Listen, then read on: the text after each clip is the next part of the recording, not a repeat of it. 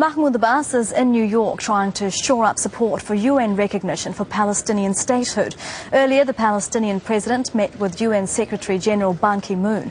Palestinians want the UN to accept Palestine based on the lands Israel occupied in 1967 as a non-member observer state.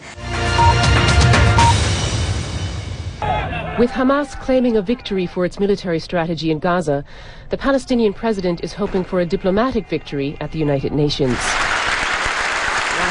This is a copy of the application. It's the second time around.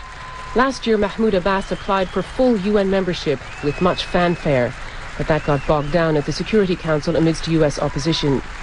This time, he's coming to the UN for a lesser upgrade, from an observer to an observer state, like the Vatican.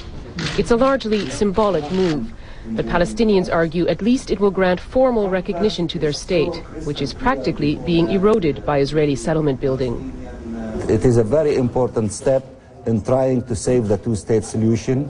Maybe this is the last stand of saving the two-state solution. Trying to circumvent direct negotiations will raise frustrations, raises expectations, would change nothing on the ground. With such opposition from Israel, and therefore America, the Palestinian leadership is taking a risk. There's no doubt it has enough support here to win the vote, but it could face financial sanctions and lose sympathy from those who are against the move. Mahmoud Abbas meets UN Secretary General Ban Ki-moon ahead of a vote to upgrade the Palestinian Authority to a UN observer state.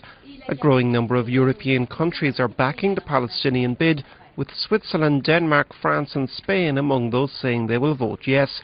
Europe remains divided on the issue. Germany says it will not support the resolution, and the UK says it will not vote against it, but that in order to get its backing, the Palestinian Authority must promise to return to peace talks with Israel. We will remain open to voting in favour of the resolution if we see public assurances by the Palestinians on these points. However, in the absence of these assurances, the United Kingdom would abstain on the vote.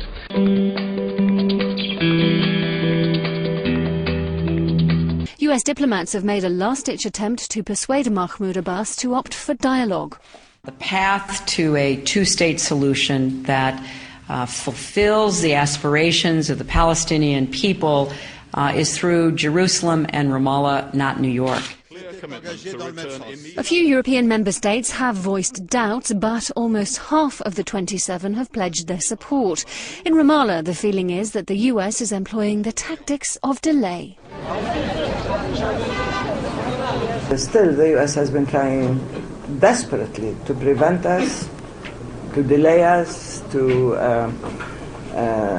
threaten us and so on, and now they understand that this is going to happen and they cannot stop it. They do not have a veto right. The vote itself is due to take place at the UN on Thursday afternoon.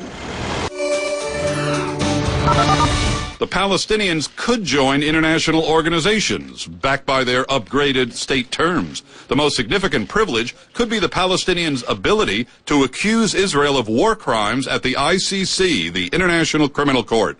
I don't believe that we are going to be rushing the second day to join everything related to the United Nations, including to the ICC.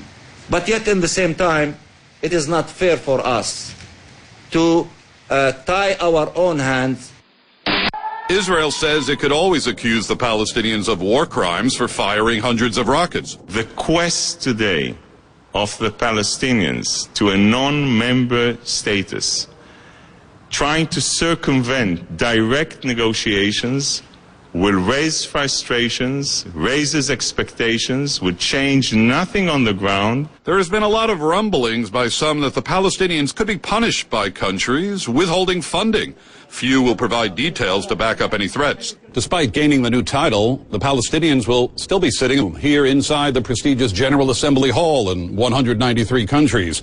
And they will still have the same status as the Vatican, with no voting power here. Some call this new state description largely symbolic, but the United Nations is largely behind the Palestinians, and several diplomats admit no one is quite sure where this all leads.